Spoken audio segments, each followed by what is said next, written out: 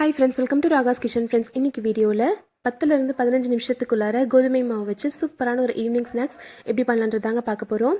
இது வந்து கேக் மாதிரி நல்லா சாஃப்ட்டா ஃப்ளஃபியா நல்லா டேஸ்டியா இருக்கும். கண்டிப்பா ட்ரை பண்ணி பாருங்க. செய்யிறது ரொம்ப சுலபம். இந்த ஸ்நாக்ஸ் செய்யிறதுக்கு ஃபர்ஸ்ட் ஸ்டவ்ல ஒரு பவுல் வச்சுக்கலாங்க. இதுல 1/2 கப் அளவுக்கு பொடிச்ச வெல்லத்தை போட்டுக்கலாம். கூடவே ஒரு 1/4 கப் அளவுக்கு தண்ணி சேர்த்துறலாம். இப்போ வெல்லம் நல்லா கரையட்டும். இன்னைக்கு நான் வந்துட்டு இந்த ஸ்நாக்ஸ் செய்கிறதுக்கு வெல்லம் யூஸ் பண்ணுறேங்க. அதனால தண்ணி ஊற்றி இந்த மாதிரி நல்லா கொதிக்க வச்சு வடிகட்டிக்க போகிறேன். நீங்கள் வந்து வெல்லத்துக்கு பதிலாக சர்க்கரை தான் சேர்க்குறீங்க அப்படின்னா சர்க்கரையை நல்லா பொடி பண்ணி நீங்கள் டைரெக்டாகவும் சேர்த்துக்கலாம்.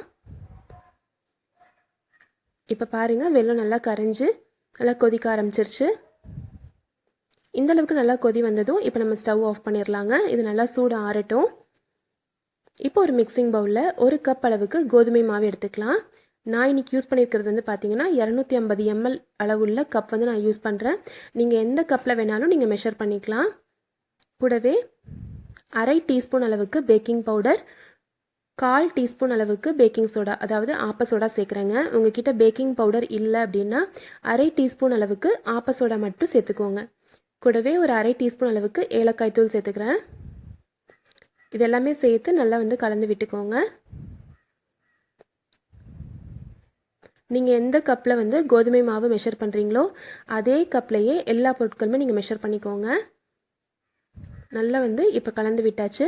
இப்போ இதில் 1/2 கப் அளவுக்கு காய்ச்சி ஆற வச்ச பால் சேர்த்துக்கலாம். கூடவே 1/4 கப் அளவுக்கு தயிர் சேர்க்குறேங்க. புளிப்பு இல்லாத தயிராக சேர்த்துக்கோங்க. தயிர் சேர்க்கறதுக்கு முன்னாடி ஒரு தடவை நல்லா இந்த மாதிரி கலந்து விட்டுட்டு அதுக்கப்புறமா சேர்த்துக்கோங்க. அப்போ ஈவனாக மிக்ஸ் ஆகும். இப்போ இது எல்லாத்தையுமே நல்லா கலந்து விட்டுக்கலாம்.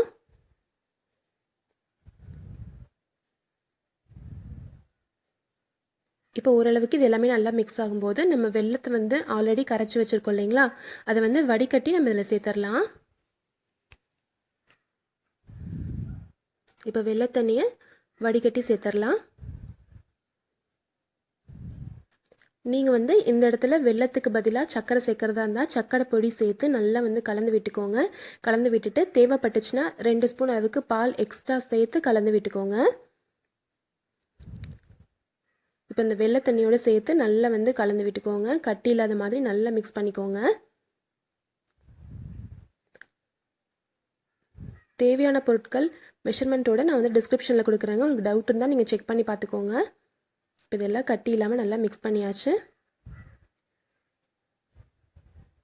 நம்ம கோதுமை மாவில் செய்கிறோம் அப்படின்றனால ஜஸ்ட்டு ஒரு டேஸ்ட்டுக்காக இதில் ஒரு 2 சிட்டிகை அளவுக்கு நம்ம உப்பு சேர்த்து நல்லா கலந்து விட்டுக்கலாம்.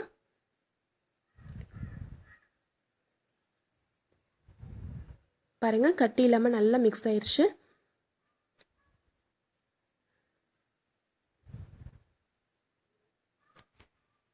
இதில் ஒரு 2 சிட்டிகை அளவுக்கு உப்பு சேர்த்துக்கிறேங்க. உப்பு சேர்த்து நல்லா ஒரு தடவை கலந்து விட்டுக்கோங்க.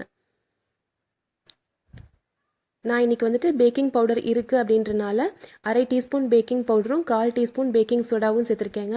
உங்ககிட்ட இல்லைன்னா மட்டும் நீங்கள் வந்துட்டு பேக்கிங் பவுடருக்கு பதிலாக எக்ஸ்ட்ராவாக ஒரு 1/4 டீஸ்பூன் ஆப்ப சோடா, அதாவது பேக்கிங் சோடா சேர்த்திங்கன்னா கரெக்டாக இருக்கும். இப்போ நல்லா கலந்து விட்டாச்சு. இன்றைக்கி நம்ம இதை வேக வைக்கிறதுக்கு இந்த மாதிரி சின்ன பவுல்ஸ் வந்து நான் எடுத்திருக்கேங்க. நீங்கள் இதுக்கு பதிலாக சின்ன டம்ளரோ இல்லை உங்கள் வீட்டில் இருக்க சின்ன கிண்ணங்கள் அது மாதிரி எது வேணாலும் பயன்படுத்தலாம். இல்லைனா இட்லி தட்டில் டைரெக்டாக கூட நீங்கள் ஊற்றி வேக வச்சுக்கலாம். இந்த மாதிரி வைக்கும்போது அழகாக இருக்குன்றதுக்காக இந்த மாதிரி எடுத்திருக்கேன். பாருங்கள், இந்த மாதிரி டம்ளர்ஸ் கூட நீங்கள் வந்து பயன்படுத்தலாம். அல்லது நீங்கள் வந்துட்டு கப் கேக் செய்கிறதுக்கு நீங்கள் இந்த மாதிரி ஏதாவது மோல்டு வச்சுருக்கீங்க அப்படின்னா இந்த மோல்ட்ஸ் கூட நீங்கள் வந்து பயன்படுத்தலாம். இதில் ஊற்றி நம்ம வந்துட்டு ஆவியில் வேக வச்சு எடுக்க போகிறோம்.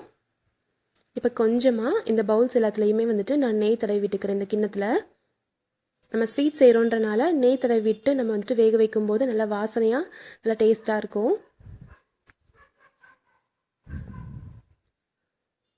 எல்லா கிண்ணத்துலேயும் இந்த மாதிரி கொஞ்சமாக நெய் தடவி விட்டுக்கோங்க. இப்போ பாருங்கள், நெய் தடவி விட்டாச்சு. இப்போ நம்ம கலந்து வச்சுருக்க மாவு பாருங்கள் இந்த கன்சிஸ்டன்சியில் இருக்கணும். இதை விட திக்காக இருந்துச்சுன்னா ஒரு ஸ்பூன் பால் சேர்த்து நல்லா கலந்து விட்டுக்கோங்க. இதை விட தண்ணியாக இருக்கக்கூடாதுங்க, இந்த அளவுக்கு திக்னஸ் இருக்கணும். இப்போ நம்ம நெய் தடவி வச்சுருக்க இந்த கிண்ணத்தில் 2 கரண்டி அளவுக்கு நான் மாவு ஊற்றிக்கிறேன்.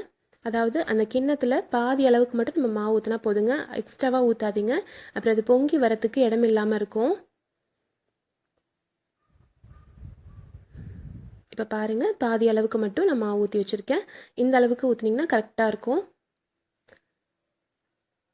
இப்போ இதுக்கு மேலே நம்ம டெக்கரேட் பண்ணுறதுக்காக கொஞ்சமாக நட்ஸ் வந்து துருவி வச்சுருக்கேங்க. பாதாம் துருவி வச்சுருக்கேன். இதில் கொஞ்சமாக கோதுமை மாவு சேர்த்து நல்லா கலந்து விட்டுட்டு மேலாக தூவி விட்டுறலாம். இது வந்து ஆப்ஷனல் தாங்க. நீங்கள் விருப்பப்பட்டீங்கன்னா நீங்கள் இதை சேர்த்துக்கலாம். இது மாதிரி கோதுமை மாவை சேர்த்து நல்லா கலந்து விட்டுட்டு அதுக்கப்புறம் தூவும் போது மாவில் கீழே இறங்காமல் மேலேயே நிற்கும். அதுக்காக தான் இந்த மாதிரி செய்கிறோங்க.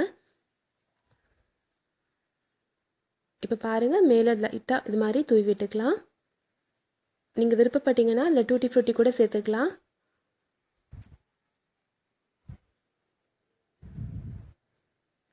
இப்போ நம்ம ரெடி பண்ணியாச்சு.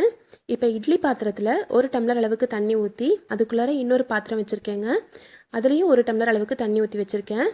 இதுக்கு மேலே ஒரு தட்டு வச்சுக்கிறேன். உங்ககிட்ட ஸ்டீமர் இருந்துச்சு அப்படின்னா நீங்கள் டைரெக்டாக அப்படியே ஸ்டீமர்லேயே வச்சுக்கலாம். இப்போ இந்த தட்டில் நம்ம ரெடி பண்ணி வச்சுருக்க இந்த கிண்ணத்தை வச்சிடலாம். ஒன்றோட ஒன்று ரொம்ப ஒட்டாத மாதிரி கொஞ்சம் கேப் விட்டு வச்சுக்கோங்க.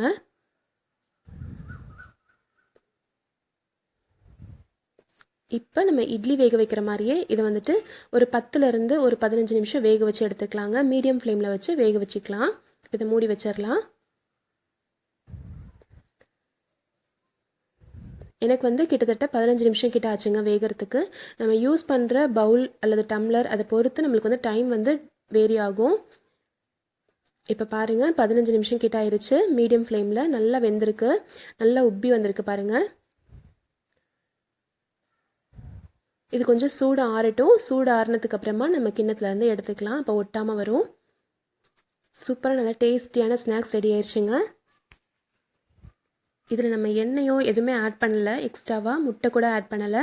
நல்லா ஃப்ளஃபியாக நல்லா சாஃப்டாக வந்திருக்கு.